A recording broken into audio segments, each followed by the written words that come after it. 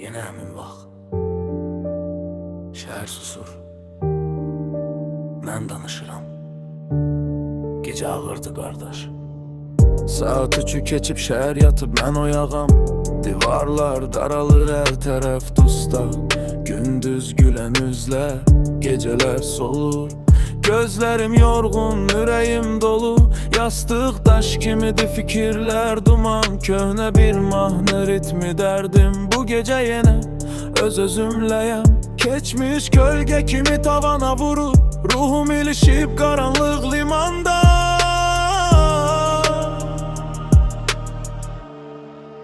Gecə gələn dərdin nə rəngi var, nə səsi.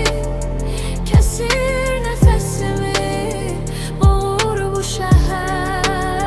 Hər kəs yuxuda, mən bəndlərdə axtarıram özümü, itirdiyim dərdlərdə.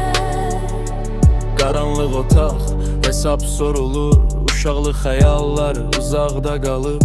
Kim getdi, kim itdi, kim qaldı? Gecə hər şeyi üzə çıxardı. Bir siqaret dumanı, acı həqiqət. Bu daxili savaşda yoxdur qalibiyyət. Gündüz maska, gecə həqiqət.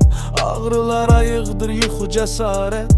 Pəncərədən baxıram, küçə təkdir. Bu kağız, bu qələm tək dostumdur indi. Gecə gələn dərdin nə rəngi var, nə səsi.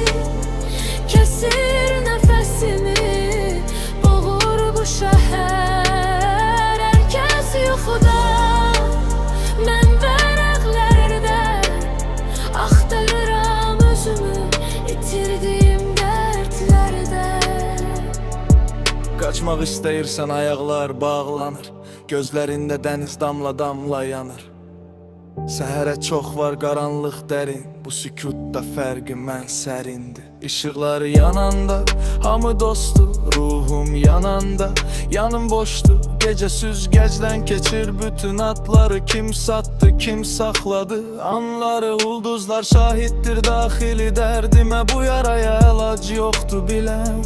Yazdıqca azalır deyə düşünürəm. Amma hər sətirdə yenə yanaram. Səhər açılacaq, maskalar taxılacaq. Bu gecənin ağrısı sükutda qalacaq.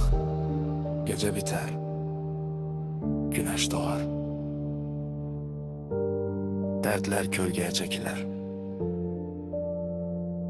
Amma sabah yenə qayıdar. Səbir, biraz səbir.